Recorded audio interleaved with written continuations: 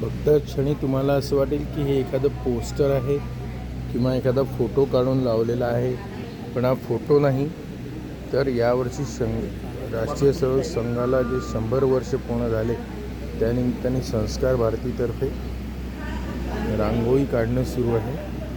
सर्व स्वयंसेवकांच्या आणि सरसंघचालकांच्या आणि रांगोळ्या इथे काढतात आहे. दत्तोपंत ठेंगडी, पंडित दीनदयाल उपाध्याय, आपले सर्वांचे लाडके नानाजी देशमुख, मोरोपंत पिंगळे, नंतर कुपसी सुदर्शनजी,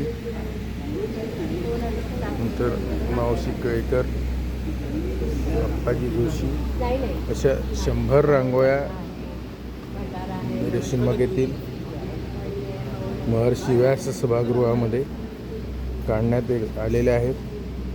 आज संध्याकाळी 6 वाजता आदरणीय सरसंघचालक मोहनजींच्या हस्ते या प्रदर्शनाचं उद्घाटन आहे.